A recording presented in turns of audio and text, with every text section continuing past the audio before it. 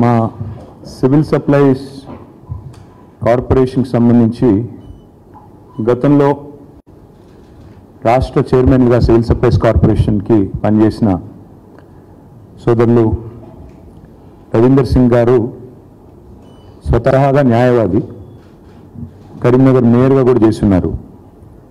ఆయన ఒక 15 రోజుల కిందట మొట్టమొదటిసారి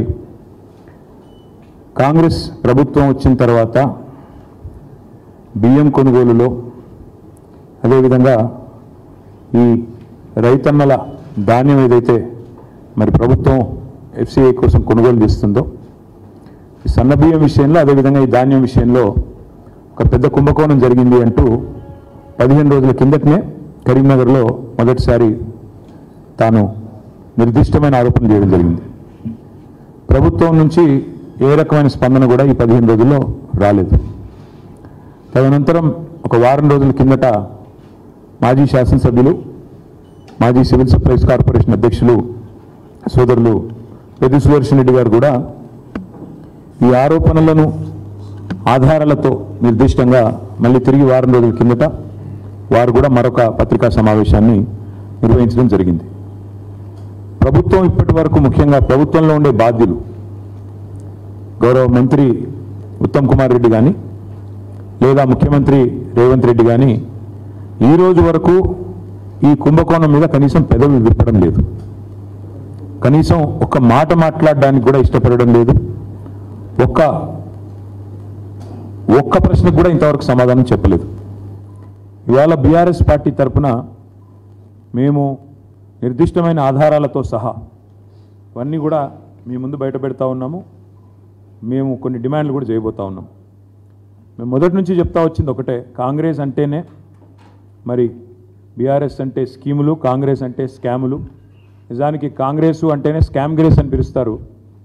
కుంభకోణాల కుంభమేళ జరుగుతుంది తెలంగాణలో ఈ కాంగ్రెస్ వస్తే అనే మాట మేము ఎన్నికల ముందు 6 నెలల ముందే చెప్పడం జరిగింది. ఇవాళ కాంగ్రెస్ పార్టీ పెద్దలు ముఖ్యంగా ఈ రాష్ట్రంలో ఒకటే ఫిలాసఫీ పెట్టుకున్నారు, గల్లీ మే లూటో ఢిల్లీ మే బాంటో. అంటే ఇక్కడ దోచుకో, గల్లీలో దోచుకో, ఢిల్లీలో అక్కడ ఉండే కాంగ్రెస్ పెద్దలకు, అక్కడ ఉండే వారికి మరి అందులో ఎందుకంటే సామంతరాజులు కప్పాలు కట్టాలి కాబట్టి ఇక్కడ నుంచి అక్కడ వరకు వారు పంపకాలు, సూట్ కేసులు మోయడం ఇవన్నిట్లో బిజీగా ఉన్నారు. ఇవాళ ఏది వదలట్లేదు వీళ్ళు. రైతన్నల ధాన్యం నుంచి విద్యార్థుల అన్నం వరకు అన్నింటి మీద కూడా ఇవాళ కుంభకోణాలకు తెరలేపింది కాంగ్రెస్ ప్రభుత్వం. ఈ 2 కుంభకోణాలు కలిపి నేను మొత్తం వివరంగా చెప్తాను. ఇటు రైతులేమో పడిగాపులు పడుతుంటే రోడ్ల మీద ఇంకా ధాన్యం కొనుగోలు పూర్తిగాక అకాల వర్షాలతో సతమతమయ్యి కొనుగోలు కేంద్రాలలో రైతులు కన్నీళ్లు పెట్టుకుంటే, మరొకవైపు ప్రభుత్వం మాత్రం ధాన్యం కొనుగోలు మీద దృష్టి పెట్టకుండా వాళ్ళు చాలా బిజీగా ఈ ధాన్యం కుంభకోణం మీద దృష్టి పెట్టి మరి స్వయంగా ముఖ్యమంత్రి గారి పేషీ నుంచి పౌర సరఫరాల శాఖ డిపార్ట్మెంట్ నుంచే ఈ కుంభకోణం జరిగిందనేది మాకు వస్తున్న ఇన్ఫర్మేషన్. ప్రభుత్వ ఖజానాకు గండి కొట్టడం, కొంతమంది కాంట్రాక్టర్లకు దోచిపెట్టడం, వాళ్ళు వీళ్ళు కలిసి చీకటి దందా చేసి ఒక 1000 కోట్ల రూపాయల కుంభకోణం ఈరోజు నేను నిర్దిష్టంగా చేస్తున్న ఆరోపణ. ఇప్పటికే రాష్ట్రంలో బీ ట్యాక్స్ అని, ఆర్ ట్యాక్స్ అని, ఆర్ఆర్ ట్యాక్స్ అని, యూ ట్యాక్స్ అని రకరకాలుగా ట్యాక్స్ల గురించి వింటూ ఉన్నాం, అన్అఫీషియల్ ట్యాక్స్ల గురించి వింటూ ఉన్నాం. ఈరోజు ఈ స్కామ్లో మాత్రం కేవలం ఇక్కడ తెలంగాణలోని కాంగ్రెస్ పెద్దలకే కాకుండా ఢిల్లీ పెద్దల దాకా కూడా మరి హస్తం ఉందని చెప్పి మాకున్న సమాచారం. ఇప్పుడు మీకు 2 భాగాలుగా నేను చెప్పాలి. ఈ ప్రభుత్వం ఎట్లా ఉందంటే వ్యవహారము, 2 లక్షల రూపాయల రుణమాఫీ చేసే తెలివి లేదు. మహిళలకు 100 రోజుల్లోనే అన్నీ ఇస్తాం, 6 గ్యారంటీల్లో అన్నీ 100 రోజులు అమలు చేస్తామని పొంకనాలు కొట్టింది ఇదే ప్రభుత్వం. మొదటి రోజే 2 లక్షల రూపాయలు రైతన్నలకు రుణమాఫీ చేస్తామని డైలాగులు కొట్టింది, ఉదరగొట్టింది ఇదే ప్రభుత్వం, ఈ ముఖ్యమంత్రి రేవంత్ రెడ్డి. మహిళలకు 100 రోజుల్లోనే నెలకు 2500, 1,67,00,000 మంది 18 ఏళ్ళు నిండిన ఆడబిడ్డలు ఉన్నారు, వారందరికీ ఇస్తామన్నారు. రాష్ట్రంలో ఉండే 46 లక్షల మంది వృద్ధులకి నెలకి 4,000 రూపాయలు ఇస్తామన్నారు. వృద్ధులు, వితంతువులు అందరూ కలిపి ఆసరా పెన్షన్ లబ్ధిదారులు, వాళ్ళ ఫైలు కదలడం లేదు. రైతులకు రైతు భరోసా అన్నారు, నెలకు 15,000 అన్నారు, ఆ ఫైలు కూడా కదలట్లేదు, దమ్ము లేదు. సంక్షేమ పథకాలతో ప్రభుత్వం ఏదైతే మాట ఇచ్చిందో ప్రజల జేబులు నింపే పని చేతనైతే లేదు, కానీ కాంగ్రెస్ పెద్దలు మాత్రం తమ జేబులు నింపుకోవడంలో మాత్రం చాలా బిజీగా ఉన్నారు. ఈ మొత్తం స్కామ్ని అర్థం చేసుకోవాలంటే 2 భాగాలుగా మీకు చెప్పాలి.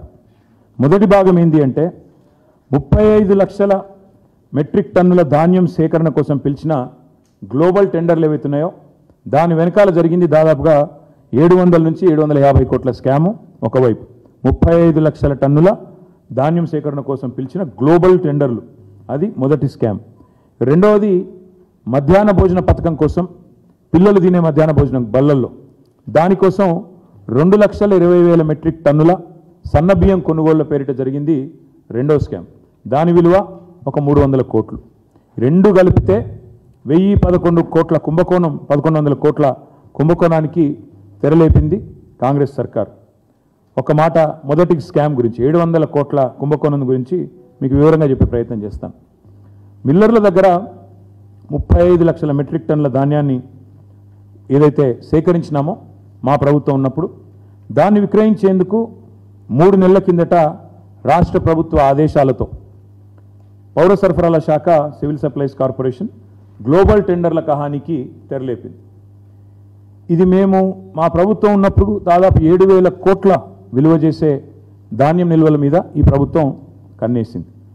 అధికారంలోకి వచ్చి 50 రోజులు కాకముందే ఈ దోపిడీకి తెరలేపి జనవరి 25 నాడు కమిటీ వేసేది జనవరి 25, మార్గదర్శకాలు గైడ్లైన్స్ ఇచ్చేది అదే రోజు, టెండర్లు పిలవడం కూడా అదే రోజు. ఎంత వేగంగా, ఎంత వాయువేగంగా, జెట్ స్పీడ్తో ఏ పని కాదు ప్రభుత్వంలో. నెలకు 2,500 మహిళలకు ఇవ్వడానికి టైం లేదు, ఇంత వేగం కనబడదు. 4,000 పెద్ద మనుషులకు ఇవ్వడానికి ఆసరా పెన్షన్లు కనబడదు. రైతులకు రుణమాఫీ చేయడానికి ఈ స్పీడ్ లేదు. కానీ ఈ గ్లోబల్ టెండర్ల కోసం మాత్రం జనవరి 25 రోజే కమిటీ, జనవరి 25 రోజే గైడ్లైన్స్, జనవరి 25 రోజే అదేవిధంగా టెండర్లు కూడా వెంటనే పిలిచినారు. ఇంకా విచిత్రం ఏంటంటే మిల్లర్లు, రాష్ట్రంలో ఉండే రైస్ మిల్లర్లు, వాళ్ళు స్వయంగా కన్సెంట్ ఇచ్చినారు.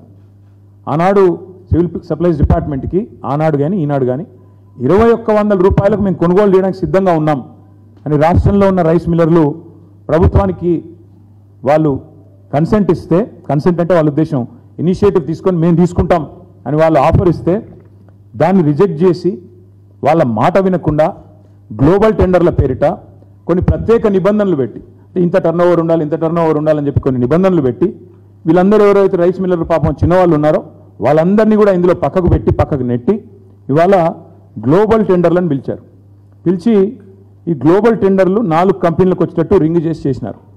కేంద్రీయ Bandar, LG industries, Hindustan company, నాకాఫ్ అనే 4 సంస్థలు దక్కించుకున్నాయి. ఇక్కడ విచిత్రమైన విషయం ఒకటి, 2023 సంవత్సరంలో ఇదే రాష్ట్ర ప్రభుత్వం ఆనాడు అంటే మా గవర్నమెంట్ ఉన్నప్పుడు గురుకులాలలో మరి ఈ కేంద్రీయ బండార్ అనే సంస్థ ఆనాడు ఆశించిన విధంగా వీళ్ళు పనిచేయలేదు, కాంట్రాక్ట్ దక్కించుకున్న తర్వాత వీళ్ళు సరిగా పనిచేయలేదు కాబట్టి ఈ కేంద్రీయ బండార్ అనే సంస్థను బ్లాక్ లిస్ట్ చేసినాం. టెండర్లలో భవిష్యత్తులో పాల్గొనడానికి వీలు లేదు అని వారిని బ్లాక్ లిస్ట్ చేసింది రాష్ట్ర ప్రభుత్వం. కేంద్రీయ బండార్.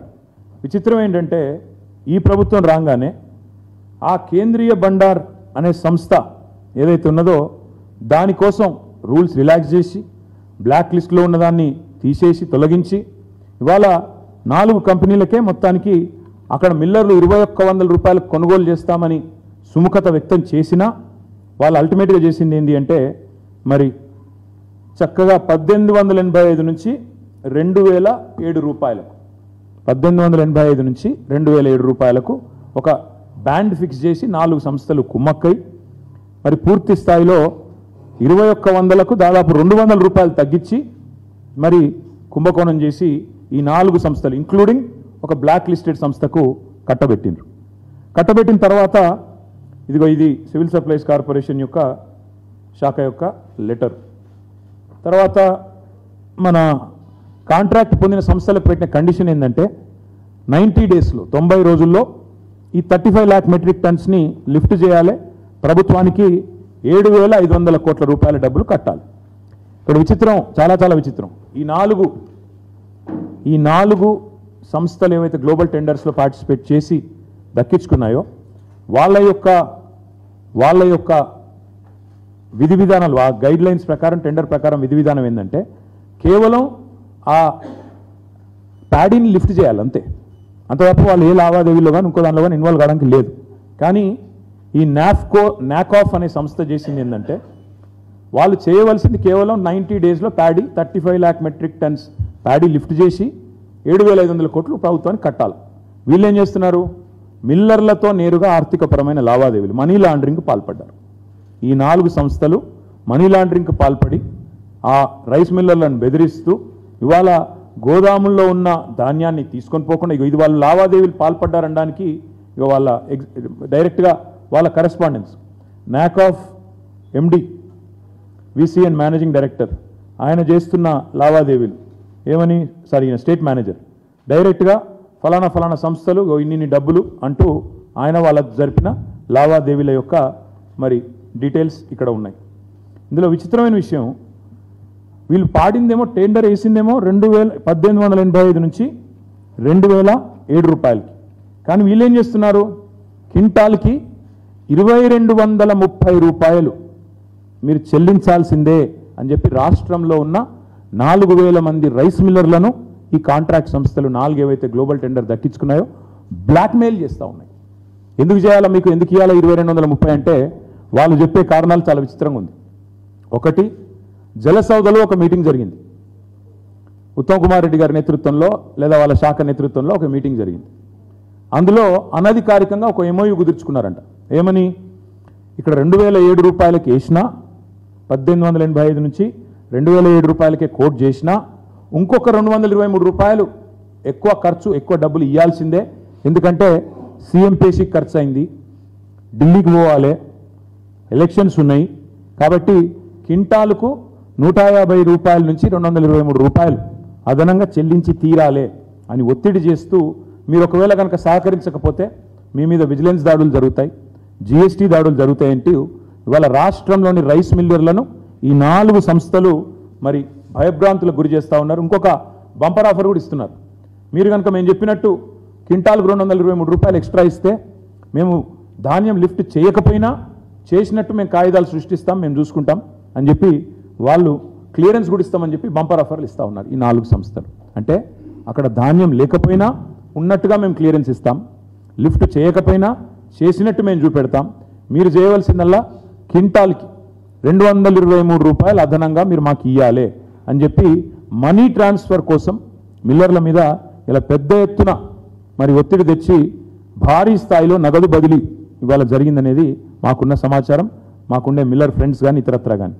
దాదాపు 35 లక్షల మెట్రిక్ టన్నులు ఇంటూ 223 రూపాయలు, 35 లక్షల మెట్రిక్ టన్నులు ఇంటూ 223 రూపీస్ వేసుకుంటే యావరేజ్గా 200 వేసుకోండి, 185 223 అనే గందరగోళం లెక్క పక్కన పెడితే 35 లక్షలు ఇంటూ 20 200 700 కోట్ల అదనపు డబ్బులు, అదనపు క్యాష్ మనీ లాండరింగ్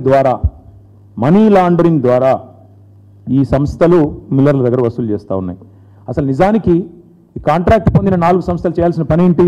కేవలం ధాన్యం లిఫ్ట్ చేయాలి, 90 రోజుల్లో పూర్తి చేయాలి, చేయకపోతే ప్రభుత్వానికి ఏ కారణం చేయలేదో చెప్పాలి, డబ్బులు కట్టాలి, 7,500 కోట్లు కట్టాలి. కానీ వీళ్ళు ఏం చేస్తున్నారు? వాళ్ళు టెండర్ వేసింది, వాళ్ళు టెండర్ తీసుకున్నది ధాన్యం లిఫ్టింగ్కి, డబ్బుల వసూలు కాదు. డబ్బుల వసూలుకి వీళ్ళకి పాత్ర లేదు.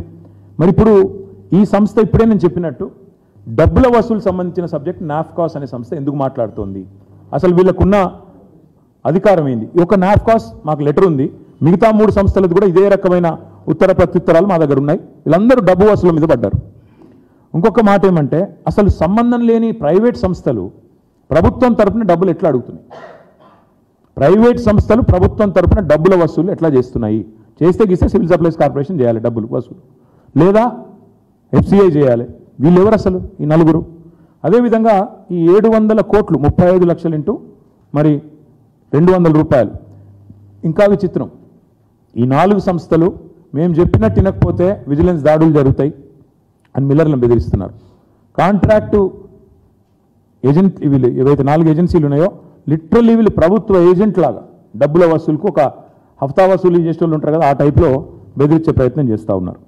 ఇక్కడ ఆశ్చర్యకరమైన విషయం ఇందాక నేను చెప్పింది 2100 రూపాయలకు మిల్లర్లు మేము కొంటామని సుముఖత వ్యక్తం చేసినాక కూడా 1885 నుంచి 2007 రూపాయల వరకే ఎందుకు బ్యాండ్ ఫిక్స్ చేసి నలుగురిని రింగు చేసి ఎలిజిబిలిటీ క్రైటీరియా అని పెట్టి చిన్న చిన్న సంస్థలన్నింటినీ ఎగరగొట్టింది ప్రభుత్వం పౌర సరఫరాల శాఖ ముఖ్యమంత్రి రేవంత్ రెడ్డి సమాధానం చెప్పాలి.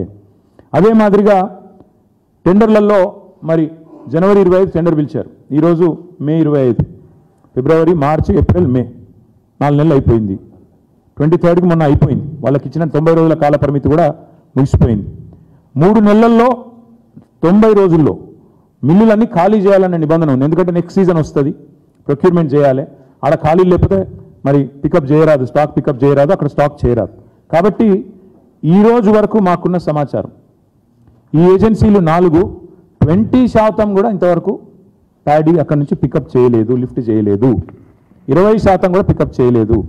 మరి 90 రోజులు పూర్తయినా డబ్బులు చెల్లించలేదు, స్టాక్ లిఫ్ట్ చేయలేదు. దీని వెనకాల ఏం జరుగుతోంది? మరి మిల్లర్లను బెదిరించడంలో బిజీగా ఉన్నట్టున్నారు. మరి డెడ్ లైన్ అయిపోయింది. డెడ్ లైన్ అయిపోయిన తర్వాత మరి ప్రభుత్వం ఏం చేయాలా? నిబంధనల ప్రకారం ఒకవేళ వాళ్ళు చెప్పిన ప్రకారం కనుక ఆనర్ చేయకపోతే వెంటనే కాంట్రాక్టర్ల మీద చర్యలు తీసుకోవాలి, బ్లాక్ లిస్ట్లో పెట్టాలి.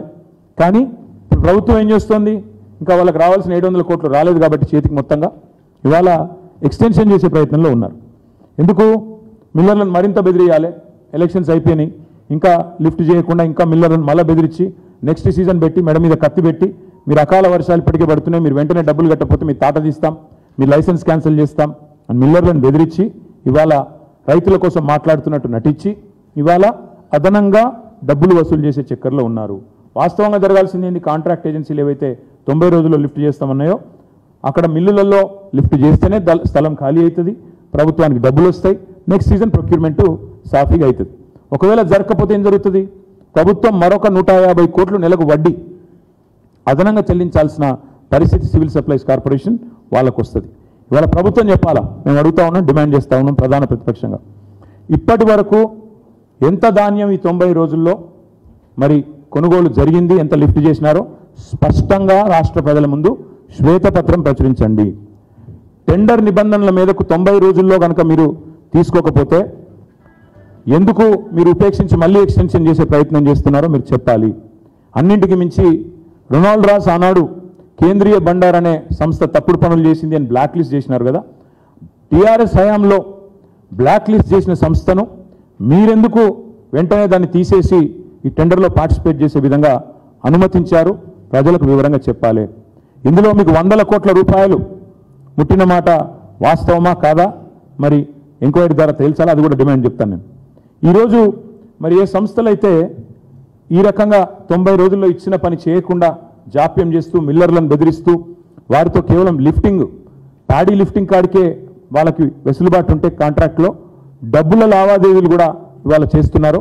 వారి మీద మనీ లాండరింగ్ ప్రకారం 4 ఏజెన్సీల మీద కూడా చర్య తీసుకోవాలి. ఇది మొదటి కుంభకోణం. ప్యాడీదేమో మొదటి కుంభకోణం 35 లక్షల మెట్రిక్ టన్ను.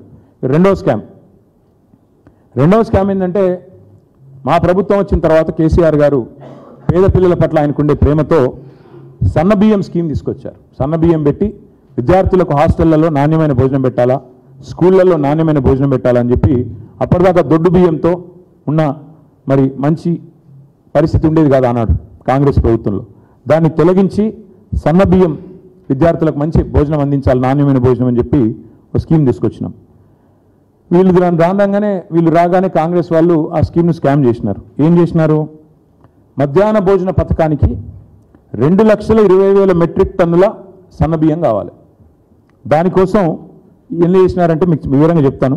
గురుకులాల్లో, అంగన్వాడీల్లో, స్కూళ్ళల్లో మధ్యాహ్న భోజనం పథకం కోసం జనరల్గా మరి మనం సన్నబియ్యం ప్రొవైడ్ చేస్తాం.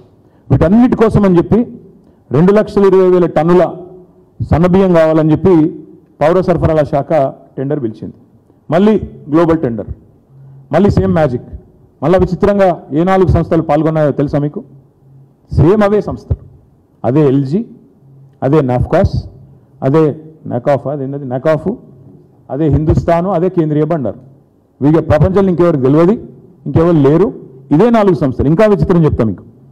అసలు బహిరంగ మార్కెట్లో ఈరోజు సన్నబియ్యం ధర కేవలం 42 నుంచి 45 రూపాయల మధ్యలో ఉంది. బహిరంగ మార్కెట్లో 42 నుంచి 45 రూపాయలు. ఇలా సామాన్య గృహిణి ఏ ఒక్కరిని అడిగినా, లేకపోతే బియ్యం కొనుక్కొచ్చే ఏ ఒక్క పురుషుడిని అడిగినా, రాష్ట్రంలో తమ ఇంటి కోసం బియ్యం కొనుక్కునే వాళ్ళని ఎవరిని అడిగినా మీకు ఏం చెప్తారంటే ఓపెన్ మార్కెట్లో 42 రూపీస్ నుంచి 45 రూపీస్ వరకు మీకు ఫైన్ రైస్ దొరుకుతుంది. ప్రభుత్వం కూడా బయట కొనుగోలు చేస్తే అంతకే వస్తుంది. కానీ రైస్ మిల్లర్లు కూడా రెడీగా ఉన్నారు అంతమందం వేయడానికి ఆ రేటుకి. కానీ బహిరంగ మార్కెట్ను పక్కకు పెట్టి, బయట కొనుగోలు చేసే అవకాశం పక్కకు పెట్టి, మిల్లర్లు ఇవ్వడానుకుంటే కూడా రెడీగా ఉంటే దాన్ని పక్కకు పెట్టి టెండర్ పిలిచారు. మళ్ళీ అదే 4 సంస్థలు కొటేషన్లు కూడా ఎంత బాగా చేసుకున్నారంటే ప్లానింగు 57 రూపాయలు ఒక ఆయన, మిగతా ముగ్గురు కూడబలుక్కుని 56 రూపాయలు 90 పైసలు. బాటా డిస్కౌంట్ ఉంటుంది చూడండి, ఆ టైంలో 57 రూపాయలు 56, 90 ముగ్గురు అంత మంచి కూడబలుకొని ఒక దగ్గర కూర్చొని రాసుకున్నట్టు 57, 56, 90, 56, 90, 56, 90 నలుగురు కలిసిండ్రు, కోడ్ చేసిండ్రు. మరి ఇది యాదృచ్ఛికమైతే ఇంతకు మించిన మ్యాజిక్ ఇంకోటి ఉండదు నాకు తెలిసి. ఇంత యాదృచ్ఛికంగా 3 సంస్థలు కలబడ్డట్టు బయట మార్కెట్లో 42 రూపాయలకు దొరుకుతుంటే, 45 రూపాయలు దొరుకుతుంటే వాళ్ళు 50 కోట్ చేయొచ్చు, వాళ్ళు 48 కోట్ చేయొచ్చు, వాళ్ళు 47 కోట్ చేయొచ్చు.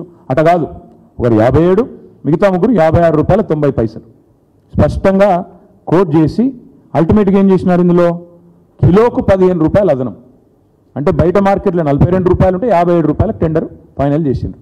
ఆర్డర్ ఏదది ఇదే కదా, ఇగో ఇది ఫైనల్ చేసిన ఆర్డరు. ఇది సివిల్ సప్లై శాఖ ఇచ్చిన ఆర్డర్. 57 రూపాయలకు ఫైనల్ చేసిన టెండరు. ఎల్జీ అనే సంస్థకు 57, మిగతా ముగ్గురికి 56, 90 చొప్పున.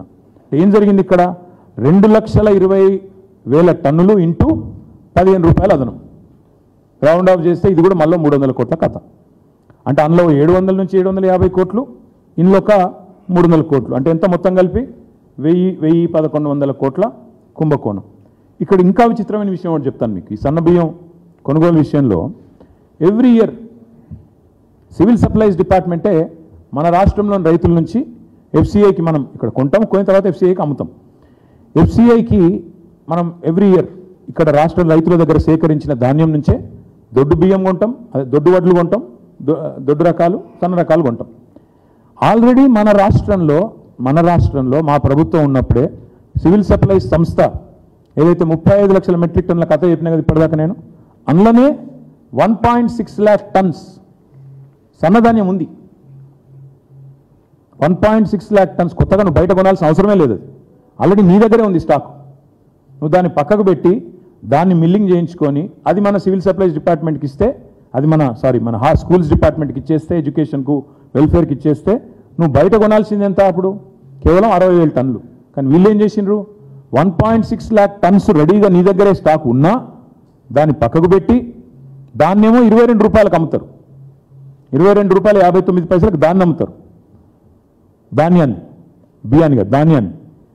కాదంటే ఏం చేయాలి, నిజానికి ప్రభుత్వానికి కామన్ సెన్స్ ఉంటే, సివిల్ సప్లైస్ డిపార్ట్మెంట్కి నిజంగానే సిన్సియారిటీ ఉంటే ఈ ధాన్యాన్ని అమ్మకుండా మిల్లర్లకు ఇచ్చి వారి దగ్గర బియ్యం తీసుకోవచ్చు, సన్న బియ్యం తీసుకోవచ్చు, దాన్ని మళ్లించవచ్చు. తద్వారా 1,00,000 టన్నుల సన్న బియ్యం కేవలం 35 రూపాయలకు, అంటే బయట మార్కెట్లో 42 నుంచి 45 పోతున్నా 35 రూపీస్కే నీకు వస్తుండే.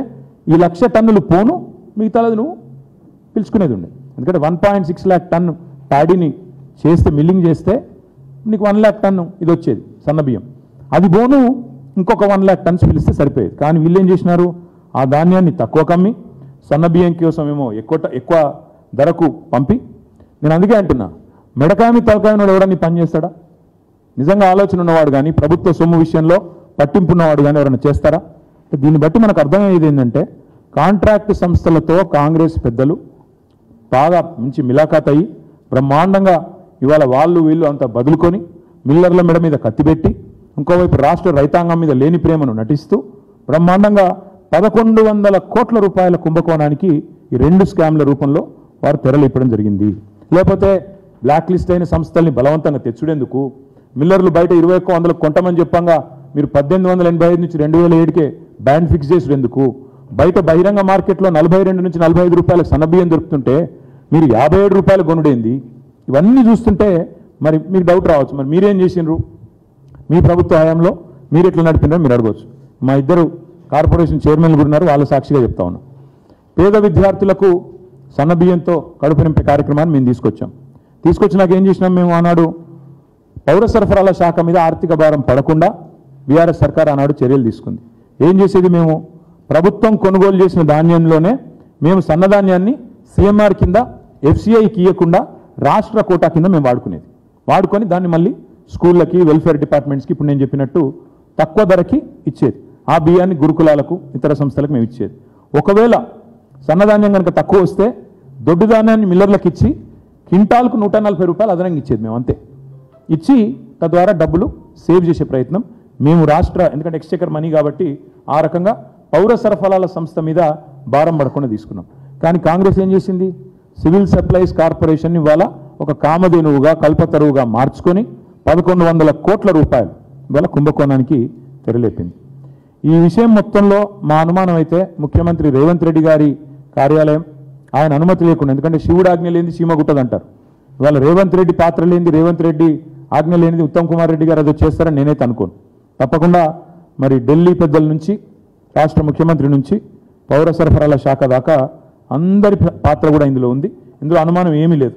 ఎందుకంటే బహిరంగ మార్కెట్ 42 రూపాయలు దొరికేదాన్ని 57 రూపాయలు కొన్నారంటేనే దాని వెనక మతలబ్ ఏదో ఉందన్నది ఎవరికైనా కూడా అర్థమవుతుంది. ఇంకా ఇలా అన్నిటికన్నా విచిత్రమైన విషయం ఏంటంటే ఈ మొత్తం వ్యవహారంలో బీజేపీ వాళ్ళ పాత్ర ఇంకా విడ్డూరంగా ఉంది. అసలు గవర్నమెంట్ ఆఫ్ ఇండియా వల్ల బీజేపీ నడుపుతోంది. ఎఫ్సిఐ అనేది గవర్నమెంట్ ఆఫ్ ఇండియా సంస్థ. ఎంఎస్పీ నిర్ధారించేది వాళ్ళే, అల్టిమేట్గా సివిల్ సప్లైస్ కార్పొరేషన్ నుంచి కొనుగోలు చేసేది వారే, అన్నీ చేసేది వారే. చాలా వాళ్ళ వాదన, వాళ్ళ వ్యవహారము చాలా అనుమానాస్పదంగా ఉంది. ఈ వ్యవహారం మొత్తం ఎఫ్సిఐ ఆధీనంలోనే ఉంది. ఫుడ్ కార్పొరేషన్ ఆఫ్ ఇండియా పూర్తి అధికారం ఉంది ఫుడ్ కార్పొరేషన్ ఆఫ్ ఇండియా. ఎందుకంటే అల్టిమేట్గా వాళ్ళే కదా కొనుగోలు చేసేది, వాళ్ళే సివిల్ సప్లైస్ కార్పొరేషన్కు ధాన్యం తీసుకొని డబ్బులు ఇచ్చేది ఎఫ్సిఐ. ఎంత మొత్తం లావాదేవీల ఆడిటింగు, మానిటరింగు, ఎంఎస్పీ ఫిక్సేషను మొత్తం చేసేది FCI. Central food consumer department government of ఇండియాలో ఏజెన్సీ ఎఫ్సిఐ. మరి ఈరోజు ఎంఎస్పీ ఆపరేషన్స్ అన్నీ కూడా ఆ సంస్థ కిందే ఉంటాయి.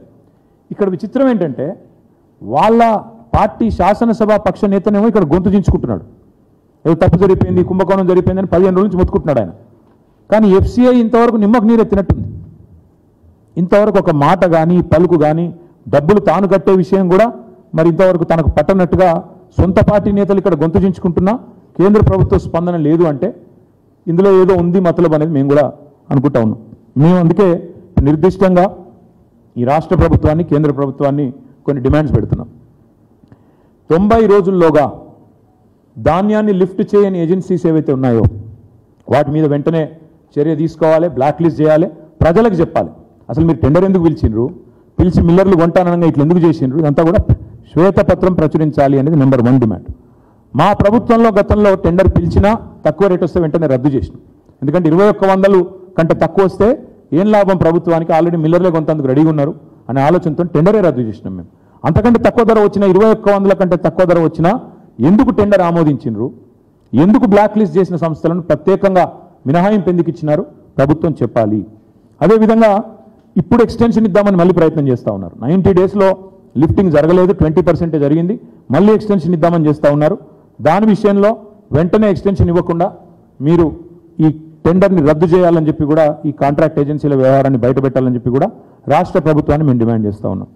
అదేవిధంగా ఇప్పటిదాకా ఏజెన్సీలు వాళ్ళు కేవలం వాళ్ళ బాధ్యత లిఫ్టింగ్ మాత్రమే, ప్యాడీ లిఫ్టింగ్ మాత్రమే, కానీ వాళ్ళు డబ్బుల వసూల్లో ఉన్నారు. ఏ రకంగా మీరు ఇది అలౌ చేశారు, ఇది వెంటనే రాష్ట్ర ప్రభుత్వం వివరణ ఇవ్వాలి. ఎఫ్సిఐ కూడా ఈ విషయంలో అవసరమైతే ఈడీకి కంప్లైంట్ చేయాలి. మనీ లాండరింగ్ జరిగింది, ఎఫ్సిఐ స్వయంగా ఇందులో ఇంటర్వ్యూన్ కావాలి. మీ పార్టీ ఎమ్మెల్యేనే చెప్తా ఉన్నాడు, బీజేపీ ఎమ్మెల్యే ఇక్కడ శాసనసభ పక్ష నేత మనీ లాండరింగ్ జరిగిందని చెప్తున్నాడు. మరి మీరెందుకు పలకట్లేదు? ఆడిటింగ్, మానిటరింగ్ మొత్తం ఎఫ్సిఐ బాధ్యత, ఎందుకు ఎఫ్సిఐ స్పందించట్లేదు? వెంటనే ఈ ఏజెన్సీల మీద వాళ్ళు చేసిన లావాదేవీల మీద ఎఫ్సిఐ అవసరమైతే నేరుగా ఈడీకి ఎఫ్సిఐ ఫిర్యాదు చేయాలి. ధాన్యం లిఫ్ట్ చేయకుండా 2230 రూపాయల చొప్పున చెల్లించాలని చెప్పి రైస్ మిల్లర్లను వేధిస్తున్న వ్యవహారం, మనీ లాండరింగ్ ఏదైతుందో ఇది పెద్ద కుంభకోణం. ఈ విషయంలో ఎఫ్సిఐ, నేను చెప్పేది మేము మీరు కాదు, FCI should reach out to ED, FCI should complain to CBI because all of them are government of India agencies. They should complain, they should request enforcement directorate to look into money laundering here. తప్పకుండా కేంద్ర ప్రభుత్వ ఆధీనంలోని FCI స్పందించాలి, లేకపోతే BJP మీద కూడా మాకు అనుమానం ఉందని చెప్పి కూడా నేను విజ్ఞప్తి చేస్తా ఉన్నా. ఈరోజు ప్రతి దానికి ముఖ్యమంత్రి గారు గతంలో గొంతు చించుకుంటుండే, ఆనాడు పిసిసి ప్రెసిడెంట్గా ఈ కుంభకోణం ఆ కుంభకోణం, సెక్రటేరియట్ కింద 10,000 కోట్లు అక్కడ ఓ 10,000 కోట్లు, ఇక్కడో 10,000 కోట్లు, నోరు ఎక్కడ ఎంతుంటే అంత.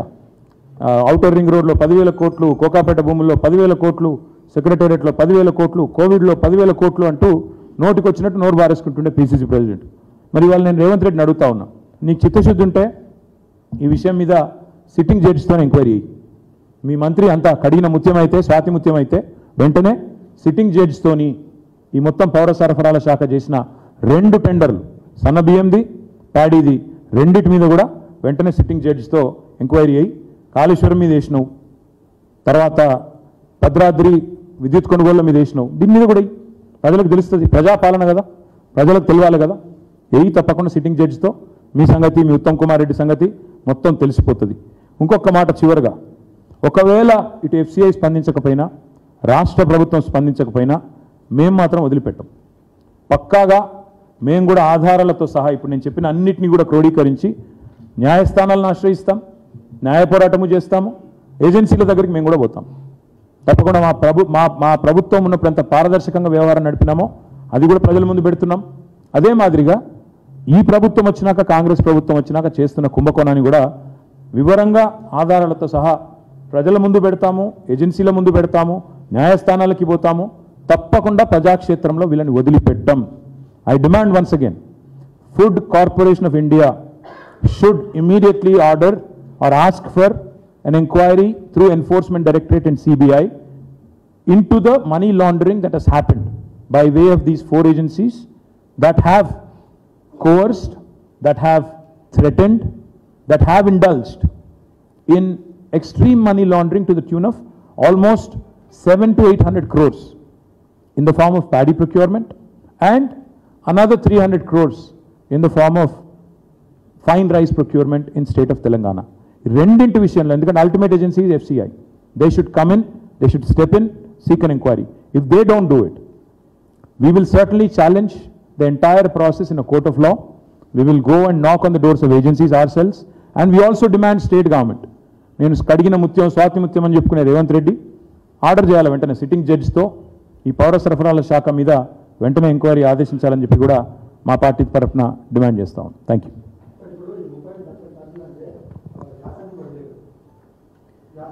బ్రదర్, నేను మళ్ళీ చెప్తున్నా మీకు two things I want to make it very very clear. Every year procurement happens in 2 cycles. మా ప్రభుత్వం దిగిపోయిన నాడు మేము December 3 నాడు వి రిలింక్విష్డ్ ఆఫీస్, రైట్? సో అప్పుడు దాకా 35 లక్షల టన్నుల ధాన్యం ఏదైతే మేము సేకరించామో దట్ ఈస్ ఫ్రమ్ యాసంగి ఉన్నది అక్కడే ఉంది. దాన్ని ఈ ప్రభుత్వం వచ్చినాక వాళ్ళు ఈ ప్రాసెస్లో నిజానికైతే ఏంటి, ఎఫ్సిఐ ఎందుకు డబ్బులు తీసుకొని మళ్ళీ రైతులకి పేమెంట్ చేసి Civil Supplies Corporation should do all the monitoring. So all the pending stocks, మేము ఒకసారి టెండర్ పిలిచినాక రేట్ రాలేదు, మిల్లర్లే బయట 2100 అన్నప్పుడు మనం ఎందుకు తక్కువ రేటుకి అమ్మాలని మేము క్యాన్సిల్ కూడా చేసినాం, ఎందుకంటే rate did not seem right. ఈ ప్రభుత్వం ఏం చేసింది, ఎగ్జాక్ట్గా అదే క్వాంటిటీని 1785 నుంచి 1885 నుంచి 2007 రూపాయల మధ్యన బ్యాండ్ ఫిక్స్ చేసి 4 ఏజెన్సీలకు కట్టబెట్టి.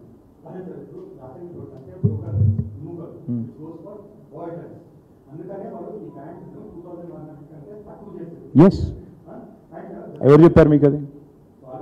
ఎవరు? let them, no, listen, Rahul, listen. The premise is wrong. So you are basing a question on a premise which is wrong. Premises, మీ వాదన ఏంటి, మీ ప్రాతిపదిక ఏంటి? ఆయన ఎవరో చెప్పారు, చౌహాన్ ఏమి సాక్రోసాంక్ట్ కాదు, ఆయన పాత్ర లేనిది అంతా అయిందా? ఉత్తమ్ కుమార్ రెడ్డి పాత్ర లేనిది అంతా అయిందా? నువ్వు ఎందుకు చేసినావు అని అడిగితే ఆయన మాత్రం నిజాలు చెప్తే ఆయన సత్యహరిశ్చంద్రుడు కజిన్ బ్రదరు, మిగతా వాళ్ళందరూ కాదు. పాయింట్ ఏంటంటే, let the minister speak. Why is he shying away? Let the chief minister speak. Let them come out with facts and figures like we are. Why are you using officers to shield your government? వాదన పెట్టండి, బయట పెట్టండి.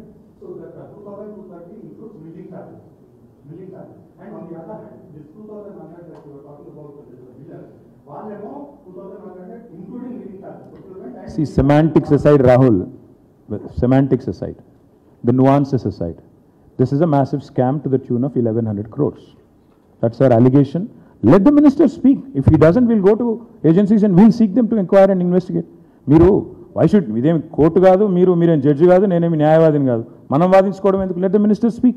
Let him come out with facts and figures. The minister doesn't know, let his officers sit by him and let him speak, with their support. Minister గారు ఎందుకు బాధపడుతున్నాడు, భయపడుతున్నాడు మాట్లాడడానికి? Let you speak. ఇంకొక మాట ఫుడ్ గ్రెయిన్స్ యాక్ట్ ఒకటి ఉంది. Food grains act ప్రకారం ఇక్కడ విచిత్రమైన విషయం, ఇవాళ ధరల నియంత్రణ చట్టం దానిలో this is actually violation of food grains act. How it is, బయట మీరేమో 57 రూపాయలు కొనుగోలు చేస్తారు సన్న బియ్యాన్ని, కానీ మీరు ప్యాడీ అల్టిమేట్గా మీరు చెప్పిన ప్రకారం 2007 రూపాయలకే మీరు అమ్ముతున్నారు. 2007 రూపాయలకు ప్యాడీ కొంటారు మీరు, మళ్ళీ రైస్ మీరే నిత్యావసర వస్తువుల ధరల నియంత్రణ చట్టాన్ని అతిక్రమిస్తూ 57 రూపాయలకు సన్న బియ్యం కొంటున్నారు. This is also violation of an act which the government should know about. అదే ఓన్లీ 10% ఇస్ బ్రోకెన్, అదే వారు చెప్తుంది అదే కదా. Right, 10% broken is allowed, by the way. 10% exception is there, that is allowed. Any other questions?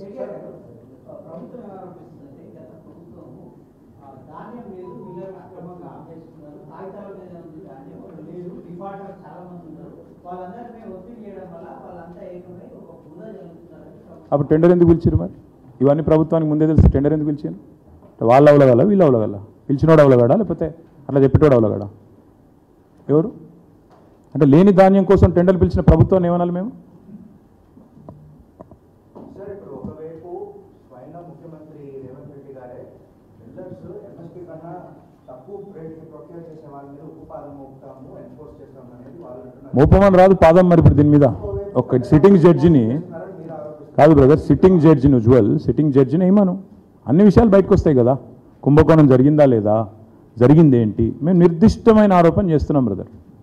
2100 రేస్కి rice మిల్లర్లు రెడీగా ఉండగా, 21 రూపీస్కి 2100కి రెడీగా ఉండగా నువ్వు నలుగురికి అప్పచెప్పి టర్న్ ఓవర్ అనే క్రైటీరియా పెట్టి నలుగురికే వచ్చేటట్టు చేసి 800 కోట్లు మా సోదరుడు చెప్పినాడు లేని బియ్యంకు టెండర్ పిలిచినాడు అనుకుంటుర్రు అన్నాడు. మిల్లర్లు మా ద్వారా మాట్లాడిపిస్తుండ్రు అని అన్నాడట. మరి లేని బియ్యంకి ఎవడన్నా అవలగా టెండర్ పెడతాడా? ఇది ప్రభుత్వం అయితే ఇంకో ఇదా? కాబట్టి లెట్ ద ఫ్యాక్ట్స్. మీరు అన్నది వాస్తవం అయితే బ్రదర్, అది కూడా రాని సిట్టింగ్ జడ్జ్ విచారణలో అది కూడా బయటికి రాని. లేని బియ్యానికి లేని వడ్లకు టెండర్ పెట్టిన అద్భుతమైన ప్రభుత్వం ఇది అనే విషయం బయటికి రాని. మేమెందుకు వద్దంటాం? ఇంకొక మాట, లేని వడ్లకు టెండర్ పెట్టిన మాట వాస్తవం అయితే మరి డబ్బులు వసూలు చేసిన మాట కూడా వాస్తవమే కదా. ఆ లెక్కనైతే 223 రూపాయలు అని అదనంగా పెట్టుకున్న మార్జిన్ ఏదైతే పెట్టుకున్నారో, జలసౌదలో జరిగిన అనధికారిక మీటింగు, అందులో ఒప్పందాలు, ఎంఓయూలు, స్టాంప్ పేపర్ల మీద సంతకాలు, ఇవన్నీ వస్తాయి, టైంకి బయటకు వస్తాయి. సిట్టింగ్ జడ్జితో విచారణ జరిపించమనండి, లేదా enforcement directorate or CBI enter అయితే ఆటోమేటిక్గా అన్ని అనధికారిక ఒప్పందాలు, స్టాంప్ పేపర్లు, జలసౌద మీటింగులు, అందులో పాల్గొన్నవారు, పిలిచిన నలుగురిని మాట్లాడితే అన్ని బయటకు వస్తాయి. ఇలా సిగ్గుపడేది ఏముంది? ప్రజాపాలన కదా, మరి ప్రజలకు పారదర్శకంగా అన్ని విషయాలు చెప్పాలి కదా. Thank you.